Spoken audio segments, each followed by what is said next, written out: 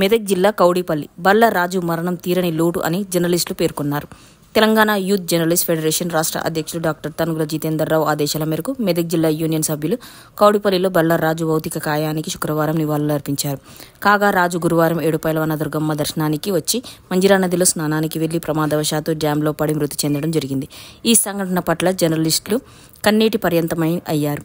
వారి కుటుంబానికి ప్రగాఢ సానుభూతి తెలిపారు. ఈ సందర్భంగా జర్నలిస్టులు టీవైజేఎఫ్ మెదక్ జిల్లా అధ్యక్షులు మధుసూదన్ చారి, రాష్ట్ర కార్యదర్శి షేక్ మెహబూబ్, ఉపాధ్యక్షులు సురేష్, నాగరాజు చారి, భరత్ గౌడ్, జిల్లా ప్రధాన కార్యదర్శి గణేష్, చిలిపి చెడ్ అధ్యక్షుడు లక్ష్మణ్ రాజు, పాపన్నపేట మండల అధ్యక్షులు కృష్ణ తదితరులు ఉన్నారు.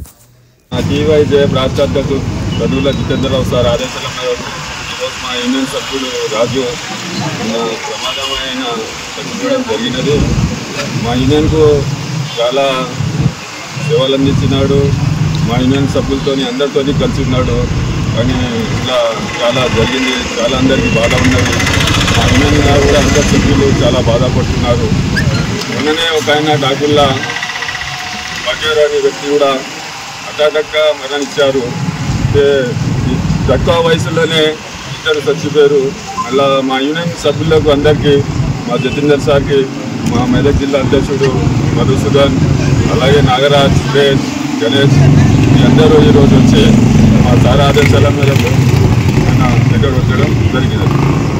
हमारे हमारे हमारे हमारे